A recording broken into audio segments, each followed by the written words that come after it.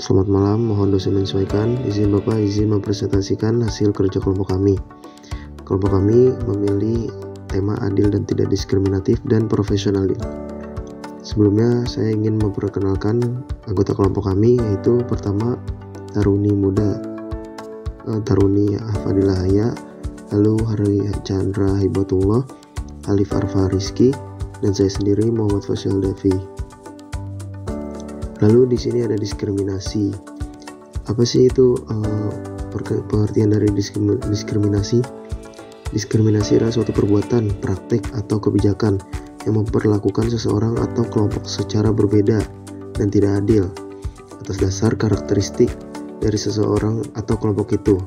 Biasanya berdasarkan ras, jenis kelamin, usia, agama atau kepercayaan, warna kulit, disabilitas, orientasi seksual, dan masih banyak lainnya.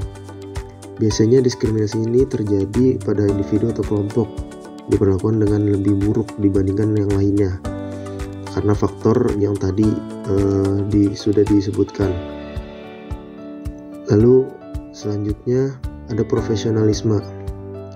Profesionalisme itu merupakan cerminan keterampilan dan keahlian aparatur yang dapat berjalan efektif apabila didukung dengan kesesuaian tingkat pengetahuan atas dasar latar belakang pendidikan dengan beban kerja yang menjadi tanggung jawabnya, dan juga sebagai cerminan potensi diri yang dimiliki aparatur, baik dari aspek kemampuan maupun aspek tingkah laku yang mencakup loyalitas, inovasi, produktivitas, dan kreativitas. Salah satu tantangan terbesar yang dihadapi oleh aparatur pemerintah adalah usaha menampilkan profesionalitas, etos kerja tinggi, keunggulan kompetitif, dan kemampuan memegang teguh etika birokrasi dalam menjalankan tugas dan fungsinya sesuai dengan aspirasi masyarakat yang bebas dari nuansa korupsi, kolusi, dan nepotisme atau KKN.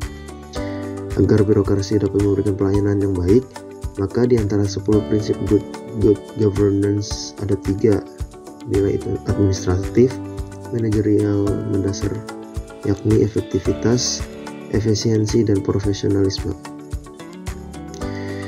Profesionalisme terbentuknya aparatur profesional memerlukan keahlian dan keterampilan khusus yang dibentuk melalui pendidikan dan pelatihan sebagai instrumen pemutakhiran. Jadi dengan keahlian dan keterampilan khusus yang dimiliki oleh aparatur memungkinkan terpenuhinya kecocokan antara kemampuan aparatur dengan kebutuhan tugas merupakan syarat terbentuknya aparatur yang profesional.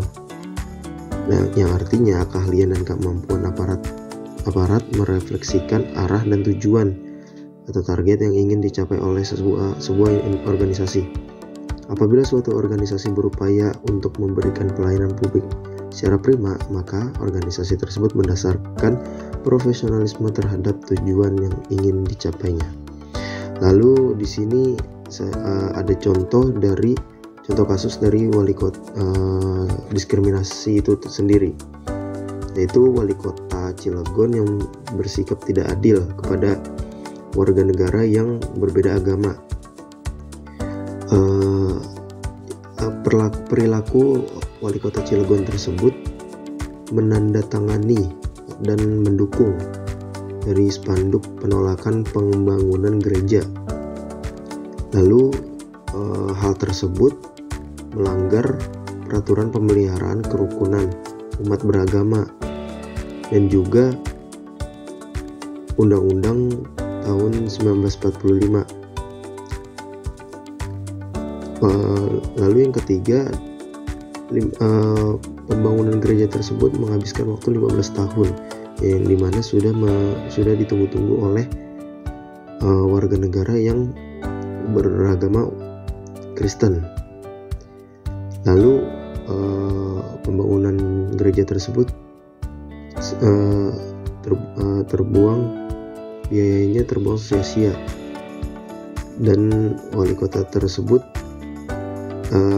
diviralkan setelah video yang diupload oleh sebuah akun. Lalu wali kota tersebut dikenakan sanksi. Lalu selanjutnya contoh kasus dari profesionalisme. profesional. Pemprov, yang dimana Pemprov Lampung tidak becus mengurusi jalanan rusak yang di daerah Lampung.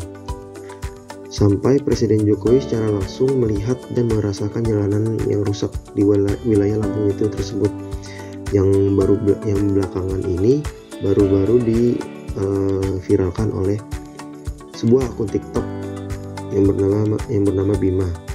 Jalanan rusak parah tersebut karena berlubang dan tidak diaspal serta tergenang air. Bahkan akibat dari ketidakprofesionalan dari Pemprov Lampung, Presiden telah menginstruksikan Kementerian PUPR agar mengambil alih perbaikan jalan yang tidak mampu ditangani Pemda setempat. Lalu ada belakangan ini ketidakprofesionalisme Gubernur Lampung memang disorot publik setelah sejumlah kontroversi, mulai dari gaya preman, jalan rusak, hingga anti kritik.